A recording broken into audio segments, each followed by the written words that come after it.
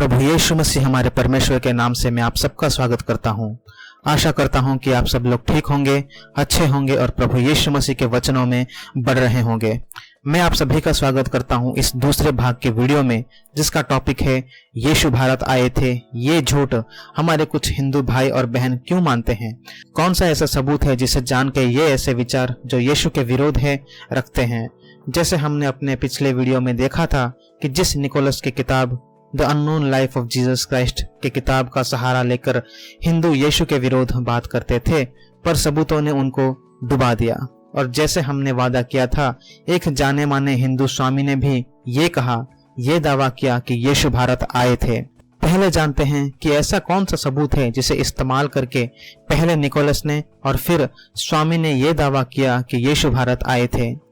जैसे आप लोगों को पता होगा कि निकोलस ने अपने किताब में एक सबूत के बारे में बात करता है जो ये साबित करता है कि यीशु भारत आए थे, और वो था एक मैन्युस्क्रिप्ट, एक हस्तलिपि, जहां यीशु के बारे में वो सारी चीजें लिखी हुई है, जैसे यीशु ने भारत में आके क्या क्या किया था।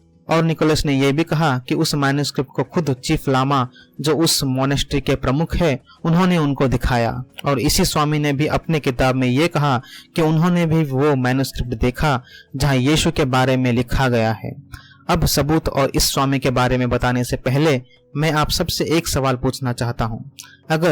अगर वो मैन्युस्क्रिप्ट जिसमें यीशु के बारे में लिखा गया है वो नहीं मिला, या फिर ऐसा कोई मैन्युस्क्रिप्ट है ही नहीं जिसका कोई अस्तित्व नहीं होगा, तब ये स्वामी भी झूठे साबित हो जाएंगे। सही कहा ना? जी हाँ। और इस स्वामी का नाम है स्वामी अभेदानंदा।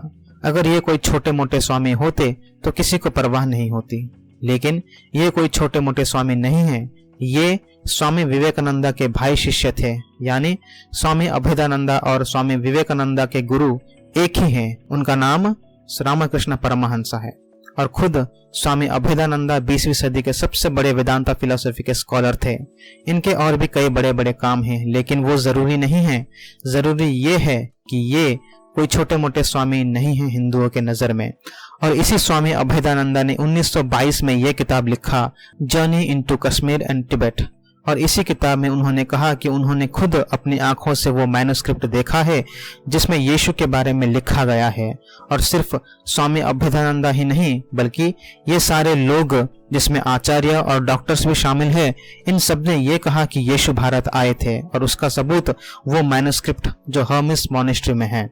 अब उदाहरण के तौर से, जब आपका दोस्त आपको कहता है कि मैंने एक टीवी खरीदा है जो बिना इलेक्ट्रिसिटी के चलता है, तब आप उससे क्या कहेंगे? ठीक है, मैं मान लूंगा, लेकिन पहले मुझे उसका एक तस्वीर दिखाओ, ईमेल करो या व्हाट्सएप करो।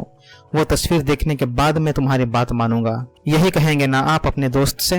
और अगर आपका दोस्त ये कहेगा कि नहीं, मैं तुम्हें तस्वीर नहीं दिखा सकता, तुम सिर्फ मेरी बात पर भरोसा करो, तो क्या आप आंखें बंद करके उस पर विश्वास कर लेंगे?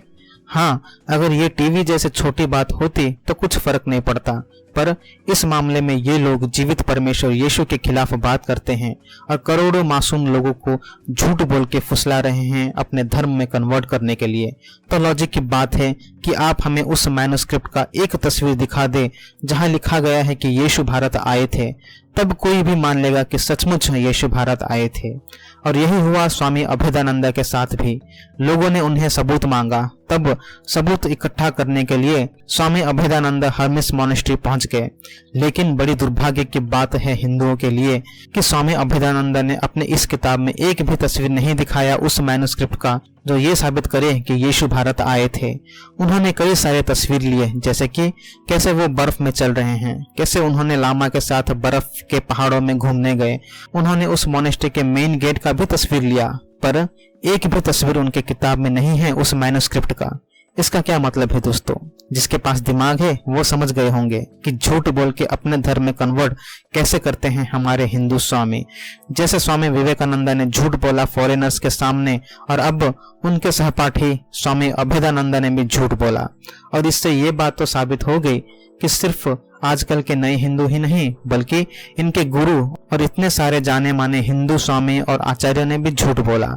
आपने देखा कि कैसे इतने सारे जाने माने हिंदू स्वामी ने जीवित परमेश्वर को बदनाम करने के लिए झूठ बोला। और उनके साथ ये सारे हिंदू स्वामी, आचार्य और बड़े बड़े लोगों ने भी झूठ बोला कि यीशु भारत आए थे।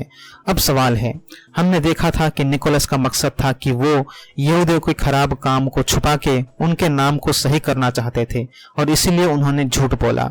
और आज हमने देखा कि हिंदुओं ने मसीह को बदनाम करने के लिए, क्रिश्चियंस को हिंदू धर्म में कन्वर्ट करने के लिए झूठ बोला, क्योंकि आप लोगों ने खुद देख लिया और जान लिया कि इतने सारे बड़े बड़े हिंदुओं ने झूठ बोला कि यीशु भारत आए थे। और यही तो वो हमेशा करते हैं, झूठ झूठ और सिर्फ झूठ ही निकलता है इनके मुख से। क्या आप अब भी इनको मानते हैं?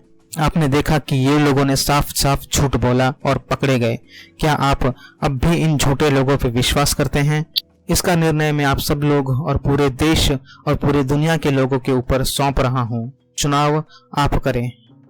आज के लिए बस इतना ही दोस्तों। अगले वीडियो में हम देखेंगे कि सिर्फ निकोलस ने ही नहीं, हिंदू गुरुओं ने ही नहीं, बल्कि महर्षि वेद व्यास का लिखा हुआ भविष्य पुराण इस विषय में क्या कहा और कैसे उनकी भी पोल खुल जाती है, वो देखेंगे। सतर्क रहिए, शैतान और झूठे लोगों के जाल से अपने आप को बचाइए और प्रभु यीशु के वचनों को हमेशा मनन करते रहिए, क्योंकि यही वचन आपको और आपके चाहने वालों की रक्षा करेगा। प्रभु यीशु मसीह आप सभी को आशीष करे।